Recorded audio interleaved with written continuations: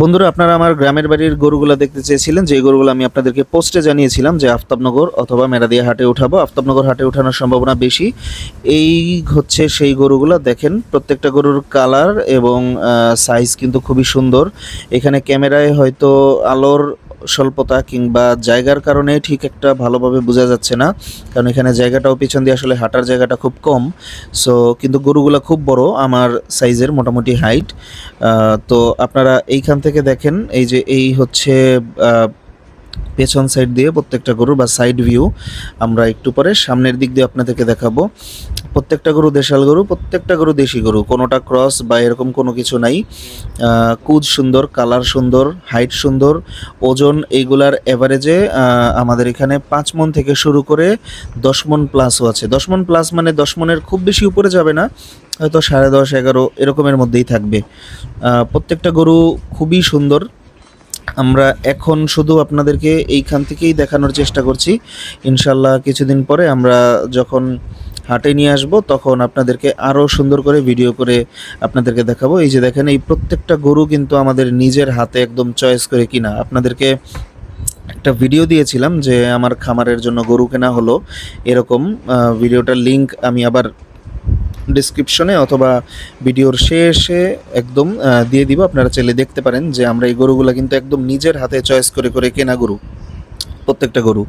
So এইখানে হচ্ছে আপনাদেরকে জাস্ট একটা আইডিয়া দেওয়ার জন্য ভিডিওটা দেয়া। আপনারা দেখেন, দেখে যদি পছন্দ হয়, আমাদের এখানে আমরা টার্গেট করতেছি এবার যে 1.5 লাখ টাকা থেকে 3 লাখ টাকার মধ্যে গরুগুলার রেঞ্জ হবে।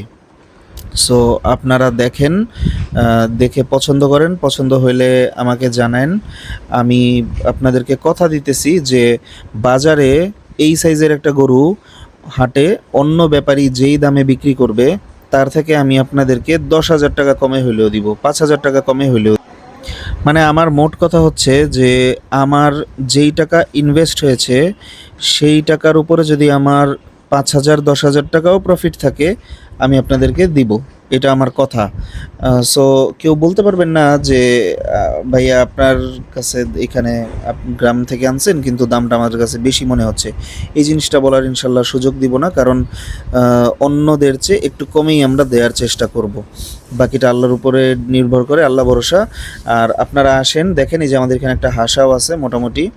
আপনারা আসেন, বাকি সবই কিন্তু দেশাল এবং শাহিওয়াল ক্যাটাগরির। এখানে অন্য কোনো জাতের গরু নেই, দেশাল, শাহিওয়াল আর হচ্ছে একটা হাসার মতো গরু আছে। সো আপনারা, আমরা যখন হাটে উঠাবো আপনাদেরকে লোকেশনটা দিয়ে দিব এবং কোথায় বসাচ্ছি বা কোথায় উঠাচ্ছি সেটাও আপনাদেরকে দিয়ে দিব।